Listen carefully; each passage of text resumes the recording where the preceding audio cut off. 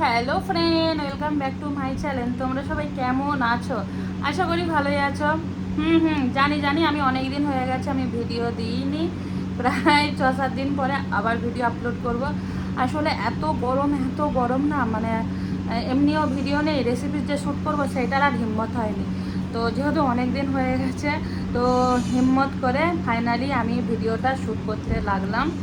তো চলো, আজকে আমি কি রেসিপি বানাবো তোমরা নিশ্চয়ই টাইটেল থাম্বনেলে বুঝেই গেছো।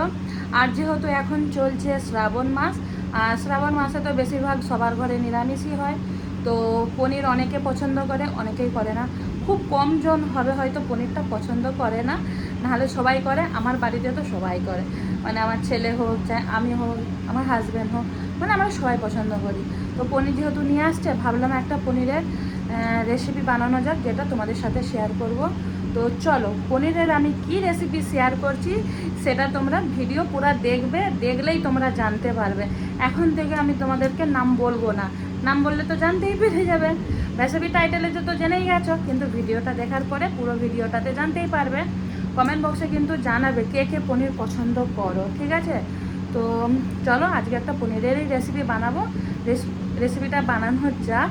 তো চলো, আমার রান্না পনির, কাঁচা লঙ্কা, আদা কুচি, কাজু, কিশমিশ, আর এটা হচ্ছে খরবুজাকা বীজ বলি, এবারে তোমরা কি বলো এটা আমাকে জানিও। আর এখানে টক দই, আরও অনেক কিছু ইউজ করব, সেগুলো তোমরা ধীরে ধীরে রেসিপিটা দেখতে থাকো। এবার দেখো, এই মিক্সির গ্লাসে আমি কি করেছি, সবগুলোই দিয়ে দিয়েছি, আর এখানে দইটাও দিয়ে দিয়েছি তাই। আর এতে কিন্তু আমি কোনো জল ব্যবহার করব না। এবারে মিক্সিতে এটা আমি পেস্ট বানিয়ে নেব। এই দেখো, আমি মিক্সিতে এটা পেস্ট বানিয়ে নিয়েছি। চলো এবার রেসিপিটা রেডি করি। এখানে দেখো, কড়াটা গরম বসিয়ে দিয়েছি, আর আমি এখানে ঘি দিয়ে দেবো। আমি এই রেসিপিটা ঘি দিয়ে বানাচ্ছি, তোমরা চাইলে এটা সরষের তেল বা রিফাইন্ড অয়েল দিয়েও বানাতে পারো। আর এখানে তোমরা পনিরটা ভেজে নিতে পারো। আমি যেহেতু পনির ভেজে রান্নাটা পছন্দ করি না, তো তাই আমি কাঁচা পনির দেব। আর তোমরা যারা যারা কাঁচা পনির পছন্দ করো না, তারা একটু নুন, হলুদ আর লঙ্কা গুঁড়া দিয়ে পনিরটা হালকা করে ভেজে নিও। এখানে শুকনো লঙ্কা দিয়ে দেব। এই পর্যায়ে আমি গ্যাসটা কমিয়ে দেব, যেহেতু এখানে দই দিয়ে আছে তো ফেটে ছানা ছানা হয়ে যাবে। এবারে যেটা আমি মিক্সিতে বানিয়েছিলাম পেস্ট করে, এটা দিয়ে দেব। গ্যাসটা কমানো থাকবে, গ্যাসটা বাড়াবো না। আর গ্যাসটা কমিয়েই এইটা আমি কষতে থাকবো, আর নিচে যাতে বসে না যায় তাই চালাতে থাকবো আমি এটা। যতক্ষণ না না তেল ছাড়ে ততক্ষণ আমি এটা নাড়তেই থাকবো।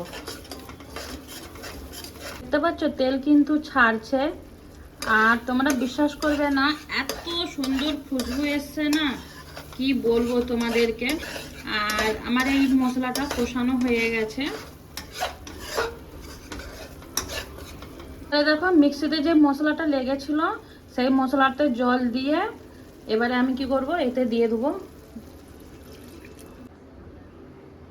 আমি কিন্তু এখানে অনেকটা পরিমাণেই জলটা দিয়েছি, যেহেতু এটা আমি গ্রেভি রাখবো। আর এটা এখনো পনির দিয়ে হবে, ফুটবে, তো এটা এখনো কমে যাবে, তাই অনেকটা পরিমাণেই জলটা দিয়েছি। চলো ভালো করে আগে মশলাগুলো, যেগুলো সাইডে সাইডে লেগে আছে এগুলো দেখো। সত্যি বলছি বন্ধুরা, জানো তো খুশবুটা খুব সুন্দর এসছে। তোমরা যদি আমার সামনে থাকতে তাহলে বুঝতে পারতে। আর তোমরা পনির কে কে পছন্দ করো বলো। অনেকে আছে পনির পছন্দ করে, অনেকে আছে পনির পছন্দ করে না। আমার বাড়িতে তো সবাই পনির পছন্দ করে, তাই যখন ইচ্ছা আমাদের প্রায় মানে সপ্তাহে ধরে নাও 5 দিন 4 দিন তো পনির হয়ই হয় বাড়িতে। এটা ফুটুক এখন। দেখো এটা ফুটছে, এবারে আমি পনিরগুলো দিয়ে দেব। আর এই যে দেখো, পনিরগুলো আমি এরকম কেটে কেটে রেখেছিলাম, আমি কিন্তু ভাজিনি, আগেই বলেছি, যেহেতু আমার ভাজা পনির খুব একটা পছন্দ নয়। তো যারা পছন্দ করো পনির ভাজা, তারা পনিরগুলো ভেজে নিও। এবারে ভালো করে পনিরগুলো মিক্স করে নেব।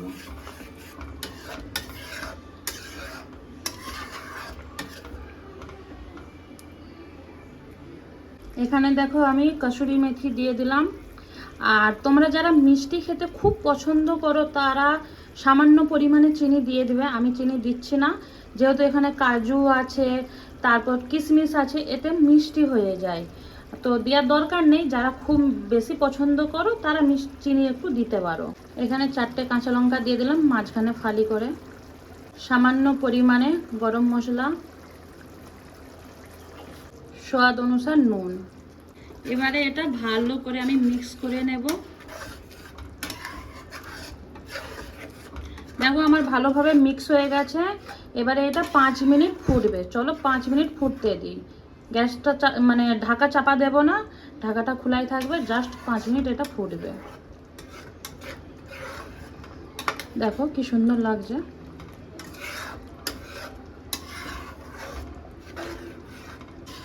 এই দেখো আমার এটা 5 মিনিট হয়ে গেছে, আমি এবারে গ্যাসটা বন্ধ করে দেব। এই যে দেখতে পাচ্ছ আমি একটু গ্রেভি গ্রেভি রাখছি, তোমরা চাইলে এটা পুরো শুকনো করে নিতে পারো। আর যেহেতু এটা যখন ঠান্ডা হবে না অনেকটা পরিমাণে টেনে নেবে, তো তাই আমি এই পর্যায়ে গ্যাসটা বন্ধ করে দিচ্ছি, একটা বলে ঢেলে নেব। দেখো আমার কিন্তু রেডি হয়ে গেল শাহি পনির মালাই পাসান। তো দেখো কি সুন্দর দেখতে লাগছে না, গন্ধটাও কিন্তু খুব সুন্দর উঠেছে।